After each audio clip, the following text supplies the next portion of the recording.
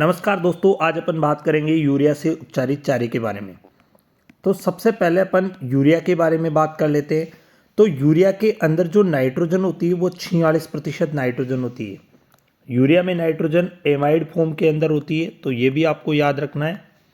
अगला, यूरिया एक प्रोटीन का सबसे अच्छा स्रोत माना जाता है और भारत में एनपीएन का सबसे प्रमुख स्रोत यूरिया ही है। ये चारों चीज़ें आपको याद रखनी है जो बहुत ज़्यादा इंपॉर्टेंट है। सबसे पहला, यूरिया नाइट्रोजन एमाइड फॉर्म में होती है, 46% नाइट्रोजन पाई जाती है। यूरिया प्रोटीन का सबसे अच्छा स्रोत होती है और भारत में एनपीएन का सबसे मुख्य स्रोत भी यूरिया है। सबसे पहली बात तो ये है। अगला देखिए, अब आप दाने के अंदर कितना यूरिया होता है, चारे में कितना यूरिया होता है, उसके बारे में अपन बात करते हैं। तो देखिए, जो एक आपके पास दाना है और एक आपके पास है चारा। दाने के अंदर जो यूरिया की मात्रा होती है वो 3 से 4% होती है, जबकि चारे के अंदर आप कुल शुष्क पदार्थ में आप 1% से ज़्यादा उसको नहीं खिला सकते। इस चीज़ का आपको याद रखना है कि 1% से ज़्यादा आपको नहीं खिलाना है। तो ये एक बहुत इंपॉर्टेंट चीज़ है। दाने में आप 3 से 4% होता है, जबकि चारे के अंदर 1% पाया जाता है। अब अगला, अगर अपन बात करते हैं कि जो नाइट्रोजन होता है उसके अंदर सीपी यानी कच्चे प्रोटीन की मात्रा कितने प्रतिशत होती है, तो वो देखिए आप। तो आपके पास नाइट्रोजन है और नाइट्रोजन के अंदर कच्चे प्रोटीन यानी क्रूड प्रोटीन की जो मात्रा होती है वो ज्ञात करने के लिए आपको 6.25 से गुणा करना पड़ता है। जैसे मान लो यूरिया के अंदर नाइट्रोजन है 46%, 6.25 से आपने गुणा किया तो ये आ गया 287.5, इसका आंसर आ गया। तो यानी कि यूरिया के अंदर कुल प्रोटीन की जो क्रूड प्रोटीन की जो मात्रा है वो 287.5 है। अगला, अगर अपन बात करते हैं तो प्रोटीन में जो नाइट्रोजन प्रतिशत की बात करते हैं तो प्रोटीन में नाइट्रोजन पाई जाती है 16%। तो आपको ये भी आपको ध्यान रखना है।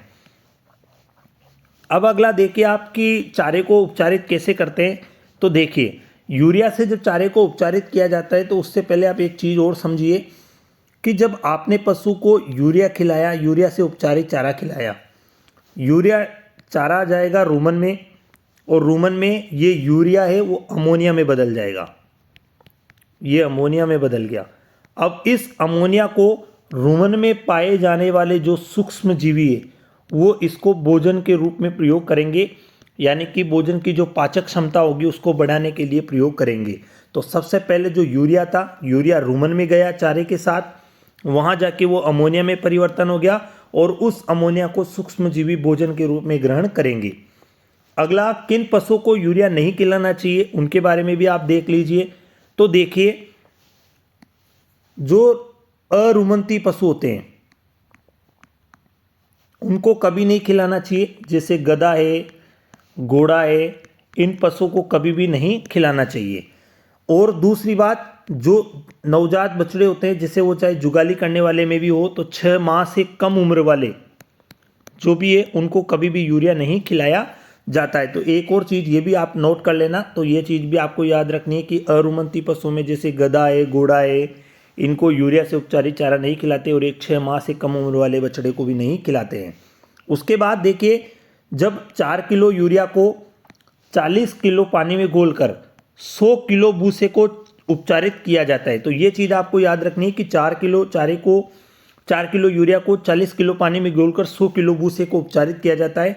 यानी कि इससे आप ये समझ सकते हो कि यूरिया का 4% घोल चारे को उपचारित करने में प्रयोग किया जाता है। लेकिन अगर आपसे पूछा जाए कि कुल शुष्क चारे में यानी कुल सूखे चारे में यूरिया का 1% ही छिड़काव किया जाता है। अगर छिड़काव में पूछे तो 1% आएगा, लेकिन अगर घोल में पूछे तो 4% आएगा। ये चीज़ याद रखनी है। अब इसके बाद एक और चीज़ आप देखिए कि जब आप चारे को उपचारित कर रहे हो यूरिया से तो उसको लगभग 3 सप्ताह तक ढक कर भी रखा जाता है।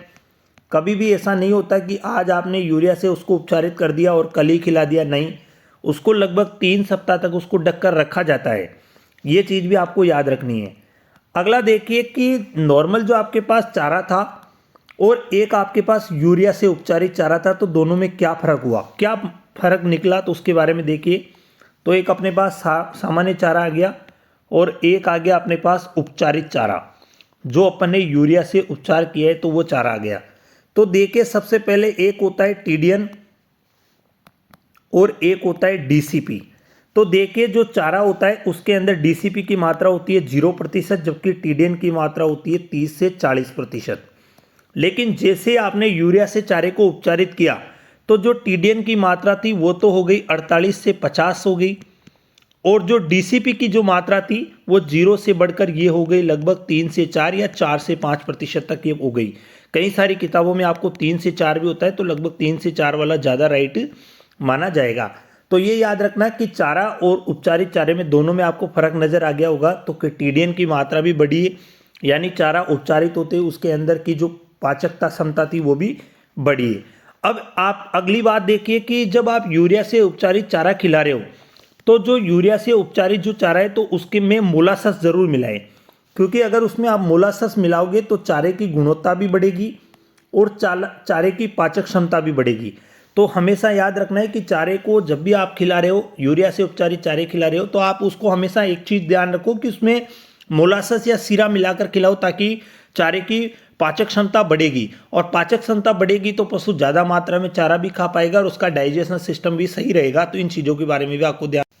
इसी में अगला देखिए कि जब पशुओं में यूरिया विषाक्तता हो जाती है, तो पशु में जब यूरिया विषाक्तता हो जाती है तो यूरिया विषाक्तता में पशु को 1 गैलन सिरका पिलाया जाता है। याद रखना, आपसे कभी भी पूछा जा सकता है कि यूरिया विषाक्तता में पशु को क्या पिलाया जाता है, तो यूरिया विषाक्तता में पशु को 1 गैलन सिरका पिलाया जाता है। जैसे आप सिरका पिलाते हो तो सिरका पिलाने से शरीर के अंदर एसिटिक अम्ल का निर्माण होता है, एसिटिक अम्ल का निर्माण होता है, क्योंकि आप देखिए कि सिरके के अंदर पाया जाने वाला जो भी कौन सा हो एसिटिक अम्ल पाया जाता है। तो यूरिया विषाक्तता में पशु को 1 गैलन सिरका पिलाया जाता है, इस चीज़ का आपको ध्यान रखना है। अगला प्रश्न आपसे पूछा जा सकता है कि यूरिया से जो उपचारित आप चारा खिला रहे हो, तो यूरिया से उपचारित चारा खिलाने पर पशु के रुमन के पीएच पर क्या फर्क पड़ता है, वो बढ़ता है या घटता है। तो याद रखना, जो यूरिया आप खिला रहे हो तो यूरिया खिलाने से जो रुमन का पीएच मान है, तो रुमन का पीएच मान घटता है, क्योंकि यूरिया की जो प्रकृति है वो अम्लीय है। तो सामान्य जो रुमन का पीएच मान 5.8 से 6.8 होता है, तो यूरिया से उपचारित चारा खिलाने के पश्चात ये थोड़ा डाउन हो जाएगा। इस चीज़ का भी आपको ध्यान रखना है। इसके बाद अगला बात करते हैं कि एनडीडीबी ने, नेशनल डेयरी डेवलपमेंट बोर्ड ने यूरिया प्लस मोलासस से मिलाकर एक खाद्य पदार्थ तैयार किया है।